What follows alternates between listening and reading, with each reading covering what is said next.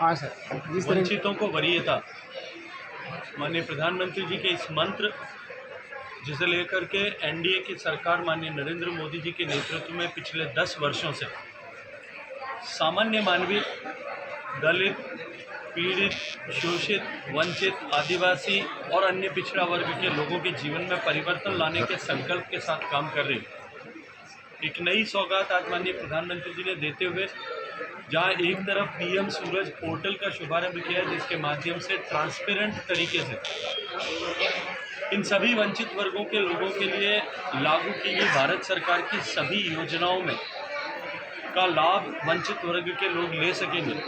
बिना किसी बिचौलिए के, बिना किसी भेदभाव के, बिना किसी सिफारिश के इस तरह के लाभ उनको मिल सकेंगे। वहीं दूसरी तरफ 1 लाख से ज़्यादा ऐसे वंचित वर्ग के लोग जिनको विभिन्न योजनाओं के माध्यम से जो राशि मिलनी थी, ऐसी लगभग 720 करोड़ रुपए एक क्लिक के साथ माननीय प्रधानमंत्री जी ने अभी उनके खातों में जमा करवाई है। अनेक योजनाओं के माध्यम से इस तरह के पिछड़े वर्ग के युवक युवतियां जो स्वरोजगारी बनना चाहते हैं उनके लिए नई योजनाओं का प्रारंभ करके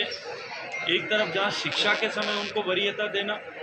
शिक्षा के बाद में व्यावसायिक शिक्षा में वरीयता देना और सहयोग प्रदान करना, उच्च शिक्षा के लिए स्कॉलरशिप देना और उसके बाद में उनका हैंड होल्डिंग करके उनको एंटरप्रेन्योर बनाना, इसके लिए सरकार ने जो काम किए हैं